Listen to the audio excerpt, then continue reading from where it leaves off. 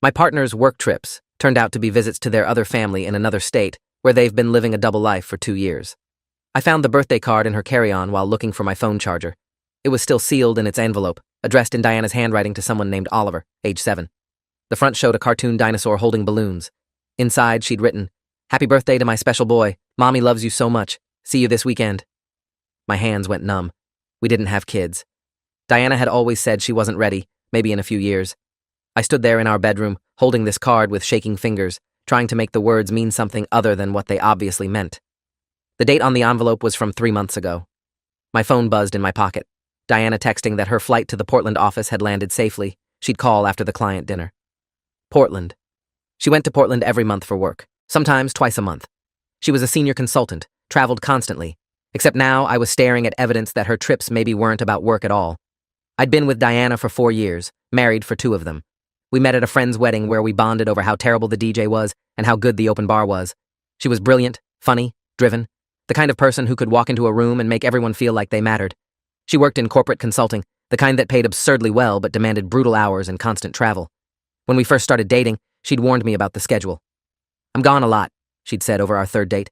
"If that's a deal breaker, I get it." But it wasn't. I had my own career as a software engineer, plenty of hobbies, friends I'd neglected. Her travel seemed manageable, even healthy. We both had independence. By the time we got married, her routine was predictable. Portland twice a month for 3 or 4 days, occasional trips to other cities, but Portland was her main account. She'd been managing that client for 5 years, she said. They loved her, demanded her specifically. I put the birthday card back exactly where I found it, my heart hammering so hard I could feel it in my throat. Maybe there was an explanation. Maybe Oliver was her nephew? But Diana's brother didn't have kids. Her sister lived in Florida with 2 daughters, both teenagers. I tried to remember if she'd ever mentioned an Oliver, any Oliver, in any context. Nothing. My brain started racing through the past 2 years, looking for cracks in the story I'd accepted as truth. The way she always packed her own bags, never letting me help. How she kept 2 phones, saying one was for work. The fact that she always paid for her own flights through her corporate card, so I never saw the charges. Little things that hadn't mattered before suddenly felt enormous, like watching a magic trick in reverse and seeing all the sleight of hand you'd missed the first time. I spent the next 6 hours in a fugue state of internet stalking. I created a fake Facebook profile, searched for Diana's name plus Portland, plus various combinations of details I knew about her. Nothing suspicious came up. Her social media was sparse, professional, exactly what you'd expect from someone in corporate consulting. Then I tried searching property records for Portland, Oregon. I found 3 Diana merchants. One was 78 years old. One owned a condo downtown. The third, I felt my stomach drop when the address loaded, owned a house in a suburb called Beaverton, purchased 4 years ago. The same week we'd started dating. The listing had sold photos still visible, a charming craftsman-style home with a blue front door, a swing set visible in the backyard. I sat back from my laptop, actually dizzy. This couldn't be real. But I screenshotted everything anyway, my hands moving on autopilot while my brain tried to catch up. Diana called that night at 9, her usual time when she was traveling. "Hey babe, how was your day?"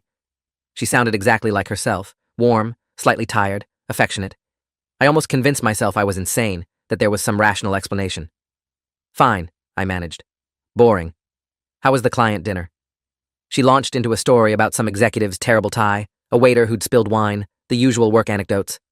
I listened to her voice, trying to detect anything off, any hint of deception. There was nothing. She asked about my day, about the project I was debugging, told me she missed me, said she loved me. After we hung up, I pulled up the screenshots of the Portland house again. I couldn't sleep. Every time I closed my eyes, I saw that birthday card. "Mommy loves you so much." At 3 in the morning, I made a decision that would detonate my entire life. I was going to Portland. The flight left at 6 the next morning. I called in sick to work, threw clothes in a backpack, and drove to the airport in a state of controlled panic. Diana thought I was home, assumed I'd be at my desk all week. She wasn't due back until Friday. I had 3 days to figure out what the hell was happening. On the plane, I kept checking my phone compulsively, terrified she'd somehow know I was following her, that she'd call and ask why my location showed I was traveling. But nothing happened. The flight attendant brought me coffee I couldn't drink. The man next to me complained about the legroom while I stared out the window, watching clouds pass below us, thinking about how you can live with someone and not know them at all. When we landed in Portland, it was raining, a steady gray drizzle that matched my mood perfectly. I picked up a rental car, plugged the Beaverton address into my GPS, and started driving toward the truth. The house looked exactly like the listing photos. Blue door, craftsman style, a small but well-maintained front lawn with a bird bath. A silver Toyota sat in the driveway. I parked 3 houses down, slumping in my seat like some kind of deranged private investigator in a bad movie. It was 11:30 on a Thursday morning. If Diana was here, she should be at work, right? At the supposed client office? Unless that was bullshit too. I sat there for 20 minutes, gathering courage, before I saw the front door open. A boy came out, maybe 7 or 8, wearing a backpack, followed by Diana. She was smiling, crouched down to zip his jacket. My vision actually tunneled. Everything went quiet except for the sound of my own breathing. She kissed the top of his head, said something that made him laugh, then walked him to the end of the driveway where a school bus was pulling up. She waved as he got on, stood there until the bus drove away, then turned and went back inside the house, closing that blue door behind her. I sat in that rental car and completely fell apart. I'm talking full body shaking, couldn't catch my breath, the kind of crying where no sound comes out at first. Everything I thought I knew had just evaporated.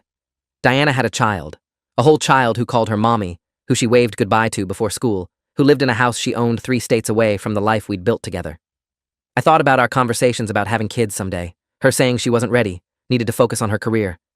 Meanwhile, she was packing lunches and zipping jackets for a kid I didn't know existed. The betrayal was so massive it felt abstract, like trying to comprehend the size of the ocean. Eventually, I pulled myself together enough to start the car. I drove to a coffee shop, ordered something I didn't drink, and tried to figure out what the hell to do with this information. Confronting her directly felt stupid. She'd been lying for years. She'd just lie more. I needed proof, documentation. I needed to understand the full scope of what she'd been hiding. That's when I did something that would have seemed insane 48 hours earlier. I hired a private investigator. I found one through a Google search, some guy named Thomas Brennan who had a decent website and 20 years of experience. His office was in downtown Portland, a narrow building near the river. When I walked in, he was eating a sandwich at his desk, a man in his 50s with gray hair and reading glasses. I need to know everything about someone, I told him without preamble. My wife. She's been lying to me. He looked at me for a long moment, probably cataloging my unwashed hair, my rumpled clothes, the manic energy coming off me in waves. Then he pushed the other chair toward me with his foot.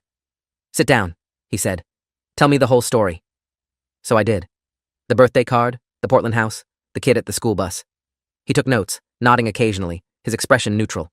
When I finished, he was quiet for a minute. Then, this is more common than you'd think.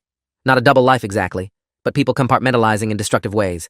The question is, what you want to do with the information once we get it. Thomas Brennan moved fast. Within 24 hours, he had preliminary findings that made my stomach hurt. Diana, or the woman I knew as Diana, owned the Portland house under her legal name, Diana Catherine Merchant. But she also co-owned it with someone, a man named Alexander Grayson. Property records showed they'd purchased it together 4 years ago. Thomas pulled Alexander's information. 39 years old, worked as an architect at a firm in downtown Portland, had a clean record, seemed by all accounts like a normal guy. The kid I'd seen was Oliver Grayson, age 7, enrolled at a public elementary school in Beaverton. Birth certificate listed Diana as mother, Alexander as father. Oliver's date of birth was 3 years before Diana and I got married, which meant she'd been pregnant when we first met at that wedding. She'd been showing up to our early dates with a whole infant at home in Portland. The timeline made me physically ill. I'd been a placeholder, an alternate life she maintained while her real family existed 3 states away. There's more, Thomas said, sliding another document across his desk. It was a marriage certificate. Diana Catherine Merchant had married Alexander Grayson 7 years ago in a small ceremony in Portland, legally married, which meant her marriage to me was invalid, bigamy, a felony. I stared at the certificate, at their signatures, at the date. 7 years. She'd been married to him for 3 years before we even met. So what am I? I asked, my voice sounding distant and strange. Am I even really her husband? Thomas grimaced. Technically. No. Your marriage would be void. She can't legally marry 2 people. He paused, clearly trying to find a kind way to phrase it. You're the other family. That hit me like cold water.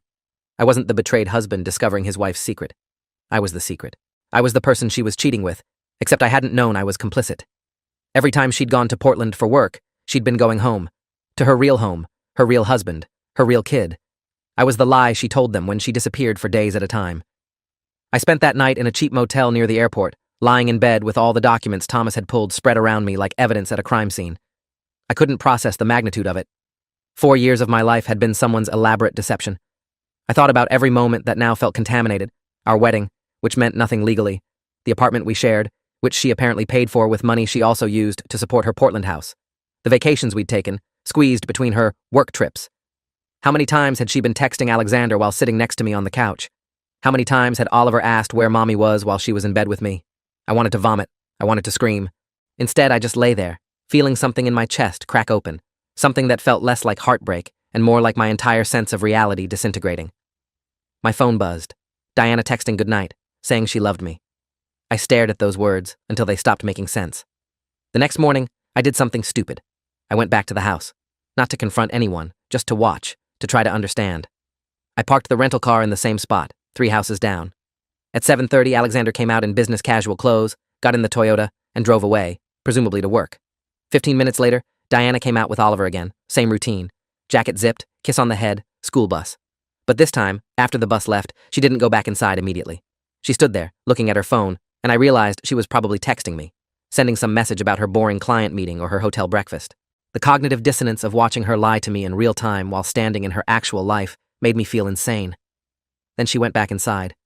I sat there for 3 hours, watching the house, learning nothing except that suburban Portland life continued completely oblivious to the fact that it was destroying mine. At some point, I started laughing, a slightly unhinged sound that scared me enough to stop. I flew back home that afternoon, leaving Diana in Portland with her real family, none of them knowing I'd been watching. The flight back was a blur. I kept trying to plan what to say, how to confront this, whether to blow up her whole life or just walk away quietly.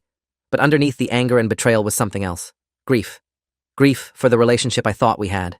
Grief for the future I'd imagined. Grief for the person I'd thought Diana was, who apparently didn't exist. When I got home, the apartment looked exactly the same but felt completely different, like a stage set. Nothing was real. Her coffee mug was still in the sink from before she'd left. Her clothes were in the closet. Photos of us were on the walls, smiling like idiots who didn't know one of them was living a double life. I walked through each room, cataloging what was hers, trying to figure out who I'd been living with. That night, Diana called from the hotel. "I'll be home tomorrow evening," she said brightly. "I can't wait to see you." I told her I couldn't wait either. And I meant it in a way. I couldn't wait to watch her face when she realized I knew everything. But I didn't confront her when she got home. I met her at the door, hugged her, acted normal. Some instinct told me to wait, to document more, to be absolutely sure before I detonated this. So for the next week, I played the role of oblivious husband while quietly gathering evidence. I went through her office at home, photographing documents. I checked her laptop when she was in the shower, finding encrypted files I couldn't access but screenshotting file names. I called Thomas Brennan and asked him to keep digging, phone records, financial statements, anything that would prove the full extent of her deception. "What's the endgame here?" he asked. "Are you going to the police?" I hadn't thought that far ahead. Was this even a crime? Bigamy was illegal, sure, but did I want Diana arrested? Did I want to destroy Oliver's life by taking away his mother? The ethical dimensions were overwhelming. "I don't know," I admitted. "I just need to know everything first." Thomas said he'd have a full report within the week. In the meantime, I lived with a stranger wearing my wife's face. Diana must have sensed something was off because she kept asking if I was okay. "You seem distant," she said one night, curled up on the couch while we watched television. "Is it work?" I told her I was fine, just tired, dealing with a difficult project. She bought it because she wanted to, because acknowledging something was wrong would complicate the intricate juggling act she'd been maintaining for years. I wondered if Alexander ever asked her the same question when she came back from visiting me. If she told him she was tired too, blamed work stress, maintained the same careful performance. How did she keep it all straight? Did she have a system? Notes somewhere detailing which lies she'd told to whom? The logistics alone were staggering. 2 phones, 2 lives, 2 completely separate existences running parallel to each other with her as the only connection point. It must have been exhausting. Part of me, a small, twisted part, almost admired the competence required to pull it off for this long. Thomas Brennan's full report arrived on a Wednesday, delivered via encrypted email. It was 60 pages long, meticulously detailed, and absolutely damning. Diana had been living this double life from the very beginning, but the scope was bigger than I'd realized. She maintained separate bank accounts, separate social media under slightly different names, separate friend groups who never overlapped. Her corporate consulting job was real. She actually did work for that Portland firm, but it was part-time, flexible, designed specifically to give her cover for traveling. She'd structured her entire career around maintaining this deception. The financial records showed she'd been embezzling from our joint accounts, small amounts that I'd never noticed, to supplement her Portland household. Not enough to raise flags, just a few hundred here and there, adding up to tens of thousands over the years. She'd even filed separate tax returns, claiming married filing separately in Portland, single in our state. It was fraud on multiple levels: tax fraud, wire fraud, bigamy, identity fraud. Thomas had included contact information for a family law attorney and a criminal attorney. "You need legal counsel," he wrote in the email. "This is beyond relationship issues. This is criminal." I sat with that report for 3 days, rereading it obsessively, trying to find anything that might redeem Diana, some explanation that would make this something other than what it was. There was nothing. Every detail made it worse. She'd missed Oliver's 6th birthday because she was with me on a vacation I'd planned for our anniversary. She'd told Alexander I was a client, someone she had to entertain for business, which was why she was sometimes gone for days. She'd constructed two completely separate narratives, and neither of them was true. The woman I loved, the woman I thought I loved, was a fiction. A character she played when she was in this state, probably relieved when she could fly back to Portland and stop pretending. I wondered if she loved Alexander, if Oliver was planned or an accident, if her real life was in Portland and I was just some bizarre side project, or if she was equally invested in both. The psychology of it was beyond me. I couldn't even hate her cleanly because I couldn't understand her motivations well enough to form coherent anger. The attorney Thomas recommended was named Rebecca Lynn, a family law specialist with a reputation for handling complex cases. Her office was in a high-rise downtown, all glass and steel.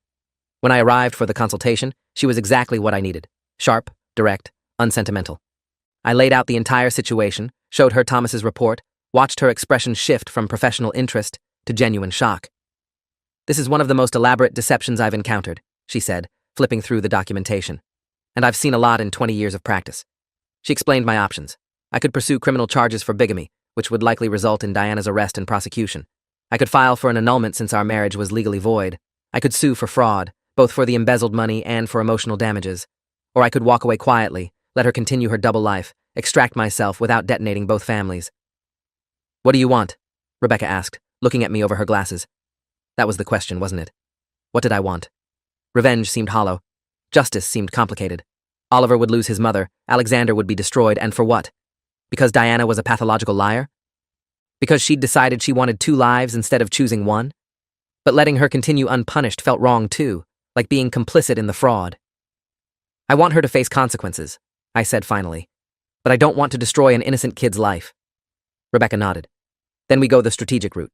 We document everything, we get law enforcement involved, but we push for a plea deal that minimizes trauma to the child. Diana will face charges, but probably probation rather than prison time if she cooperates. The other spouse, Alexander, he'll need to be informed. He's a victim in this too." The idea of Alexander as a victim was strange. In my mind, he'd been the real husband, the legitimate one, while I was the interloper. But Rebecca was right. He'd been lied to just as much as I had. Diana had betrayed both of us, systematically, for years. We were both her victims. That realization shifted something in my understanding of the situation. Rebecca connected me with a criminal attorney, a guy named James Kovacs, who specialized in white-collar crime and fraud cases. Together, they strategized how to approach this. The first step was notifying law enforcement in both states, bigamy and fraud charges where I lived, additional charges in Portland. But before we went to the police, Rebecca suggested something that made my blood run cold. We should inform Alexander first, give him the option to be part of the legal strategy rather than blindsided by it. The thought of calling this man, this stranger who was also Diana's husband, felt surreal. But Rebecca was right. He deserved to know. She offered to make the call, acting as my attorney, which felt slightly less insane than me doing it directly. We scheduled it for the next day. I spent that night staring at the ceiling, imagining how that conversation would go, how you even begin to tell someone their entire life is a lie. Rebecca made the call on speakerphone from her office. I sat across from her, listening to the ring, wondering if Alexander would even answer an unknown number. He picked up on the third ring. "Hello?" His voice was deeper than I expected, cautious. Rebecca introduced herself as an attorney calling regarding Diana Merchant. "Is she okay?" he asked immediately, alarm in his voice. "Has something happened?" Rebecca's tone was carefully neutral. "She's fine, Mr. Grayson, but I'm calling because information has come to light regarding her that you need to be aware of. Are you somewhere private where we can talk?" There was a pause. "I'm at work. Hold on." We heard movement, a door closing, then Alexander's voice again, tighter now. "Okay. What's going on?" Rebecca took a breath. "Mr. Grayson, I'm representing someone who has been in a relationship with Diana for the past 4 years. He recently discovered that Diana has been maintaining 2 separate households, one with you in Portland and one with him in another state. We have documentation showing that she married both of you, making her marriage to at least one of you legally void." The silence on the other end of the line was absolute. It stretched so long I thought the call had dropped. Then Alexander's voice, barely above a whisper. "What?" Rebecca gently repeated the information, offering to send him copies of the documentation.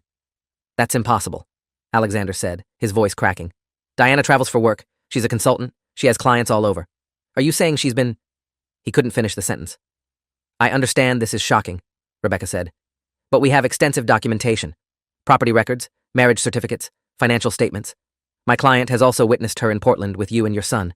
We're calling because we believe you have a right to know before we proceed with legal action." Alexander started breathing hard, audibly panicking. "Oliver. Jesus Christ, Oliver. Does she Does your client have kids with her? Rebecca glanced at me. No, I said quietly, speaking for the first time. No kids.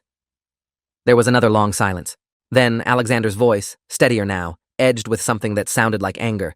I want to see everything. Send me everything you have. Rebecca emailed Alexander the full documentation that afternoon. He called back 2 hours later. I was still in her office, having nowhere else to be, nowhere else I wanted to face. This time, when Rebecca put him on speaker, Alexander's voice was completely different. Flat, hollow, like someone in shock. It's all real, he said.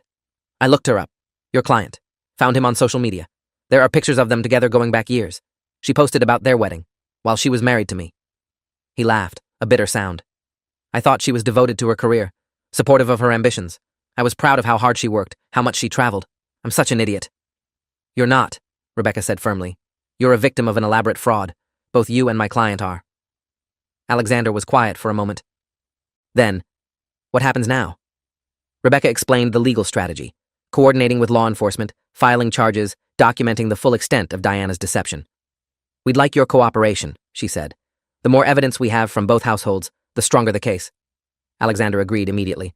Whatever you need. I want her to face consequences for this. She built our entire life on lies.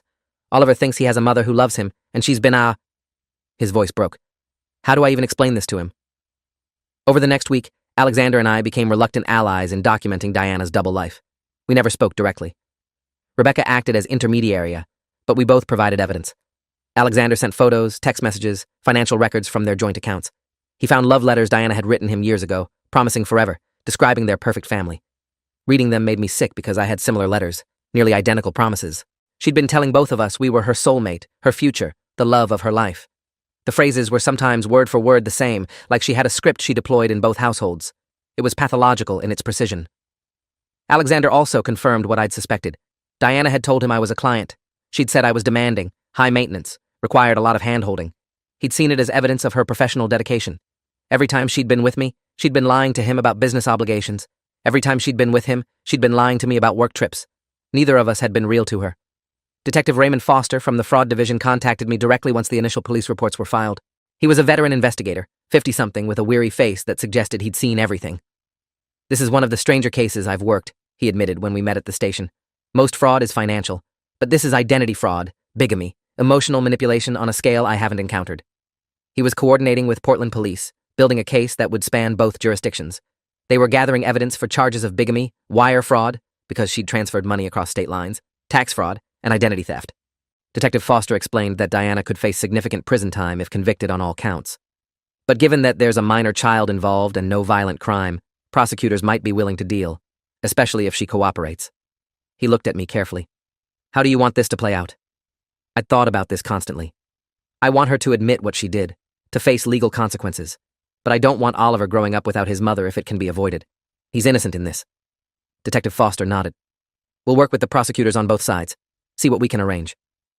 The plan was to arrest Diana during one of her visits to me, rather than in Portland in front of Oliver.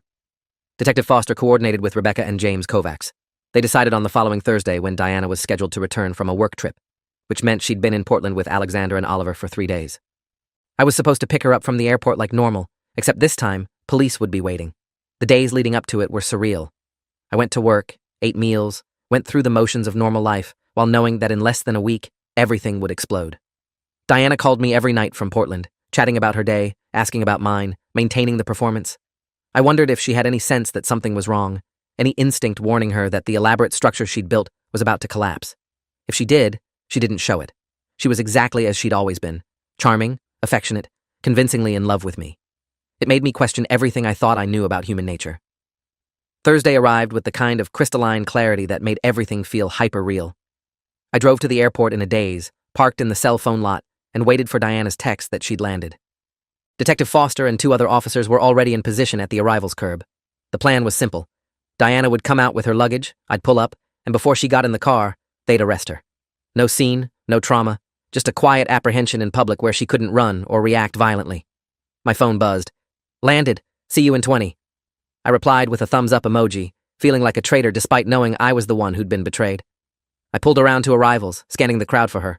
There, rolling her carry-on, looking beautiful and tired in her travel clothes, smiling when she saw my car. She lifted her hand to wave. I watched Detective Foster step forward with his badge raised. Watched Diana's expression shift from joy to confusion to dawning horror as she realized what was happening. The arrest happened quickly. Detective Foster identified himself, informed Diana she was being arrested for bigamy and fraud, began reading her rights. Diana's face went white. She looked at me through the windshield, and in that moment, I saw her understand that I knew. Everything. Her mouth formed my name, but no sound came out. An officer took her carry-on. Another gently turned her around to handcuff her. People were staring, filming on phones. Diana was still looking at me, her expression cycling through shock, denial, panic. I wanted to feel vindicated. Instead, I just felt hollow. She'd built this elaborate life, maintained it for years with meticulous care, and now it was ending in an airport parking garage while strangers posted videos to social media. As they led her to the patrol car, she finally looked away from me, her face crumpling. I sat in my car, watching them drive away, and realized I was shaking. It was done. The secret was out. Both our lives, all three of our lives, counting Alexander, were about to change irreversibly. I drove home in silence, feeling nothing and everything simultaneously. Diana was processed, booked, and held overnight before her arraignment. Rebecca called me with updates. Diana had immediately asked for an attorney, refused to make any statements without counsel present, seemed genuinely shocked that we'd discovered the truth. Bail was set at $50,000. Alexander refused to post it, which meant Diana sat in jail unless she could arrange it another way. "She's going to try calling you," Rebecca warned. "Don't take the call. Anything she says can be used in both the criminal case and your annulment proceedings." But Diana didn't call me. According to Rebecca, she called her parents, who were apparently horrified and confused, unaware that their daughter had been living a double life. They posted bail but made it clear they weren't supporting her through this. "They want her to plead guilty and face consequences," Rebecca reported. "They're furious." The news had also reached Portland. Alexander had told Diana's employer, who immediately placed her on indefinite leave, pending an internal investigation into whether she'd defrauded the company. Her carefully constructed professional life was unraveling as fast as her personal one. The media got hold of the story within 48 hours. Someone at the jail must have leaked it because suddenly my phone was flooded with calls from local news stations asking for interviews. "Woman arrested for maintaining secret double life" ran as a headline on 3 different news sites. The details were salacious enough that it went viral quickly. Successful consultant, 2 husbands in different states, years of deception, young child involved. Comment sections filled with speculation and judgment. People called Diana a sociopath, a monster, a liar. Others pointed out that she'd maintained 2 full-time relationships without either of us noticing, which required a level of competence that was almost impressive in its awfulness. I read the comments obsessively, looking for something that would help me understand why she'd done this. The theories ranged from mental illness to simple greed to childhood trauma manifesting as compulsive lying. None of it felt satisfying. Diana remained an enigma even as her secrets were laid bare for public consumption. Alexander called me directly for the first time a week after Diana's arrest. Rebecca had given him my number with my permission. His voice was hoarse, like he'd been crying or yelling or both. "I need to ask you something," he said without preamble. "Did you love her?" I thought about that question, about the woman I'd loved versus the woman who actually existed. "I loved who I thought she was," I said carefully. "I don't know if that person ever really existed." Alexander made a sound that might have been agreement or grief. "She told me you were a client, that you were needy, that entertaining you was exhausting but necessary for her career. I felt bad for her, having to deal with you." He laughed bitterly. "Meanwhile, she was sleeping in your bed, wearing your ring, playing house while I watched our son alone for days at a time." We were both quiet, processing the parallel betrayals. "What are you going to tell Oliver?" I asked finally. Alexander's voice cracked. "I don't know. How do I explain that his mother is in jail for living a double life? He's 7. He keeps asking when she's coming home." The legal proceedings moved forward with the grim efficiency of bureaucracy. Diana's attorney negotiated a plea deal. She would plead guilty to bigamy, wire fraud, and tax evasion in exchange for a reduced sentence of 5 years probation, mandatory psychological evaluation and treatment, and full financial restitution to both me and Alexander for the money she'd embezzled. No jail time beyond what she'd already served, contingent on her cooperation and continued treatment. James Kovach explained that this was likely the best outcome we'd get, given Oliver's circumstances. "The court wants to minimize trauma to the child. Long prison sentence would devastate him, and ultimately what would it accomplish? She's not dangerous. She's a compulsive liar, but not violent." I agreed to the plea deal. Alexander was harder to convince. He wanted her to suffer more substantially, but eventually accepted it for Oliver's sake. Diana's marriage to Alexander was her legal one since it came first. My marriage was annulled retroactively, declared void from the beginning. Legally, I'd never been married at all. The day Diana formally entered her guilty plea, both Alexander and I were in the courtroom. It was the first time we'd been in the same physical space. He was taller than I expected, with dark hair going gray at the temples, dressed in a suit like he'd come from work. We made eye contact briefly, sharing a look of mutual wreckage. Then Diana was brought in, wearing orange jail scrubs, looking smaller somehow without her usual armor of professional clothes and perfect makeup. Her eyes found me first, then Alexander. I watched her face crumble when she saw us sitting together, united in our victimhood. The judge asked if she understood the charges. Diana's voice was barely audible. Yes, Your Honor. And how do you plead? Guilty. The word hung in the courtroom. Guilty. She was guilty of destroying 3 lives, our 4, counting Oliver, with her systematic deception. The judge accepted the plea, outlined the terms of her probation, and set a date for the formal sentencing hearing where victim impact statements would be heard. Diana was let out without looking back at either of us. Writing victim impact statements was harder than I expected. How do you summarize the devastation of discovering your entire relationship was a lie? I went through dozens of drafts, trying to articulate the specific ways Diana's actions had damaged me. The financial loss was quantifiable. She'd embezzled $32,000 from our joint accounts over 4 years. But the emotional damage was harder to put into words. I'd lost my ability to trust my own judgment. Every relationship decision I'd made felt tainted. I'd introduced Diana to my family, my friends. They'd all believed in us, in our marriage, in the future we supposedly had together. Now I had to tell them it was all fiction. I had to admit I'd been completely fooled. The shame of that, the humiliation of being so thoroughly deceived, was almost worse than the betrayal itself. In my statement, I wrote, Diana didn't just lie to me. She constructed an alternate reality so convincing that I never questioned it. She made me doubt my own perceptions and instincts. The person I trusted most in the world was the person I should have trusted least. Alexander's victim impact statement was read aloud at the sentencing hearing, since he couldn't be there in person. He was home with Oliver, who'd been told his mother was sick and needed to be away for treatment. Alexander's statement focused on the damage to Oliver. My son asks every day when his mother is coming home. He doesn't understand why she's gone. I can't tell him the truth, that she was never fully present to begin with, that half her life was a lie, that his family was never what he thought it was. He's 7 years old. He deserves a mother who chose him completely, not someone who treated him as part of an elaborate deception. Diana's actions have stolen his childhood innocence and sense of security. The courtroom was silent as the clerk read it. Diana was crying silently, her attorney's hand on her shoulder. When it was my turn, I read my statement directly, looking at Diana the entire time. I wanted her to see what she'd done to me, wanted her to sit with the weight of her choices. When I finished, she whispered something I couldn't hear. Her attorney leaned in, listened, then addressed the judge. Ms. Merchant would like to make a statement if the court permits. Diana stood, shaking visibly. The judge nodded permission.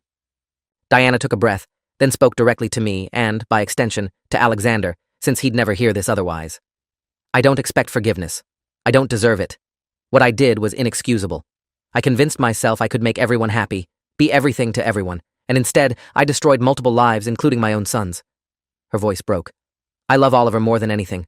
I loved her. She glanced at me, then away. I cared about both of you.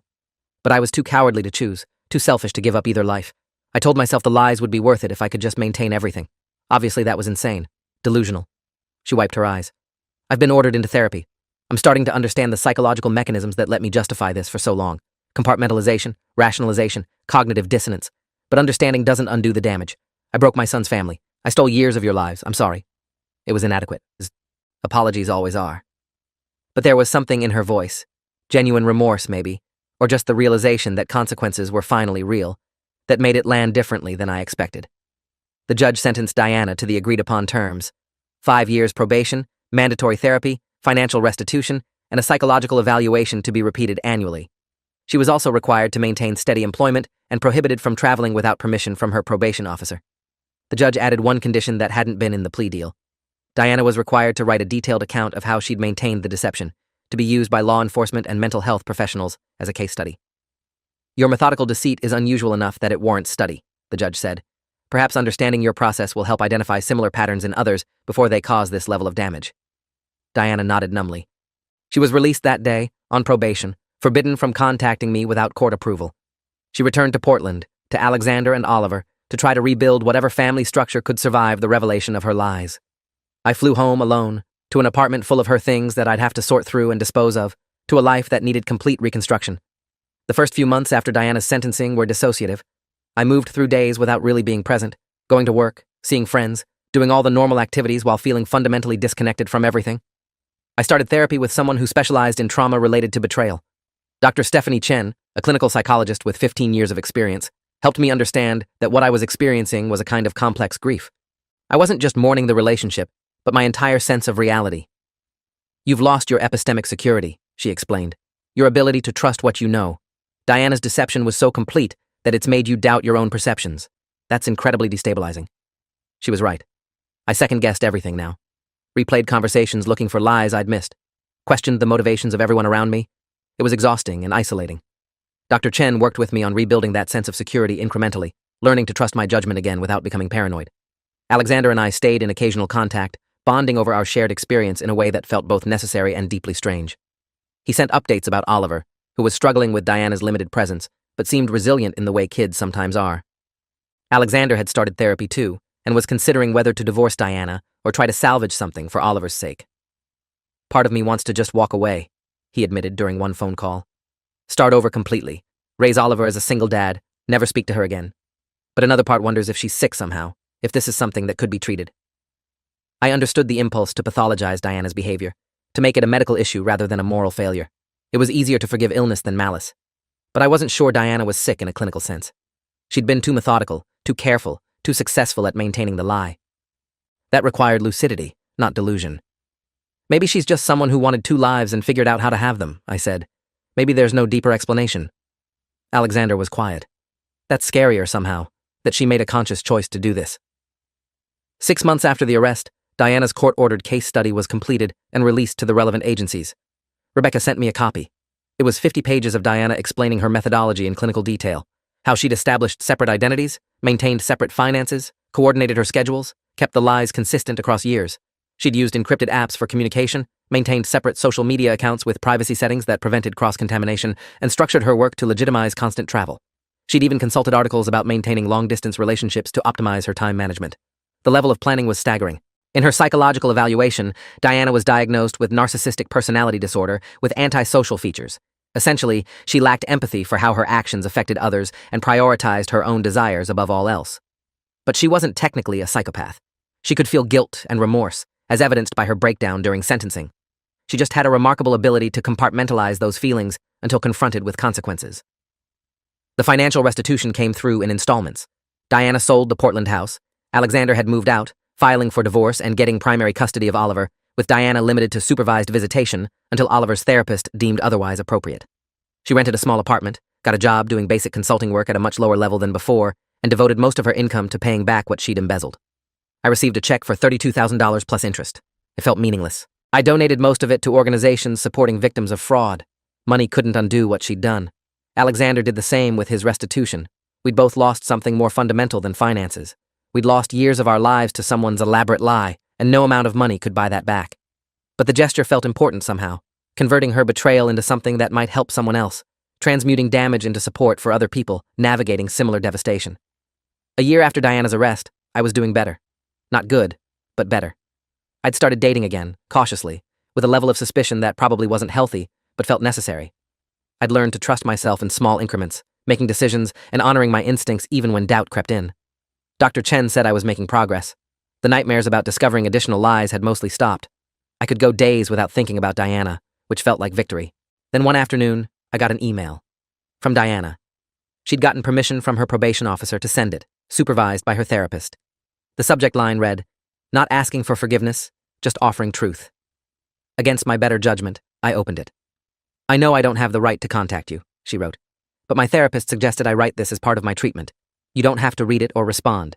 I'm not asking for anything. I just wanted you to know some truths that might help you move forward." Diana's email was long, detailed, and unexpectedly honest. She explained that she'd started the double life by accident. She'd met me right after Oliver was born, when she was struggling with postpartum depression and feeling trapped in Portland. I'd represented escape, a version of herself that wasn't just a mother and wife. What started as an affair became something more when I'd proposed, and she hadn't been able to walk away from either life. "I kept thinking I'd choose eventually," she wrote. "That one relationship would naturally fade, or that I'd find the courage to end things with one of you. But both lives felt essential. You made me feel like the person I was before motherhood, ambitious, independent, desired. Alexander and Oliver gave me stability and purpose. I told myself I could manage both. That it was temporary. But temporary became permanent. And before I knew it, I was in too deep to confess without destroying everything." She wasn't making excuses, she clarified, just explaining the psychology that had let her justify the unjustifiable. She ended with, "You deserved better. You deserved someone who chose you completely. I'm sorry I wasn't capable of that." I read the email 3 times, then forwarded it to Dr. Chen and to Rebecca for their perspectives. Doctor. Chen thought it showed genuine insight and accountability, which was rare in people with Diana's diagnosis. She's done real work in therapy, Dr. Chen said. Whether that makes any difference to you is entirely your choice. Rebecca was more cynical. She's trying to manage her narrative, make herself sympathetic. Don't let this pull you back into her orbit. Both perspectives were valid. I decided not to respond to Diana, but did allow myself some closure from reading her explanation. It didn't change what she'd done or excuse it, but it gave me a framework for understanding that felt less like I'd been duped by a complete sociopath and more like I'd been caught in the blast radius of someone's unmanaged mental illness and selfishness. That distinction mattered for my healing. I could forgive myself for loving someone who'd seemed real, even if the relationship itself had been fiction. 2 years post-arrest, I ran into Diana completely by accident. I was in Portland for a work conference, walking to a restaurant, when I saw her across the street. She was with Oliver, holding his hand, both of them eating ice cream. She looked older, tired, smaller somehow without the polish she'd maintained during our relationship. Oliver was chattering about something, and she was listening with apparent focus. For a moment, I stood frozen, watching this woman who'd destroyed my life going about normal parenting activities. Then she looked up and saw me. Our eyes met across the distance. I saw recognition, regret, fear flash across her face. Oliver tugged her hand, pointing at a dog, oblivious to the silent exchange happening above his head. Diana said something to him, then looked back at me. She didn't smile or wave or acknowledge me beyond that look. Neither did I. After a moment, I turned and continued walking to the restaurant. It wasn't forgiveness, but it wasn't anger anymore either. It was just acknowledgement that we'd both survived her choices, and we were each building different futures from the wreckage.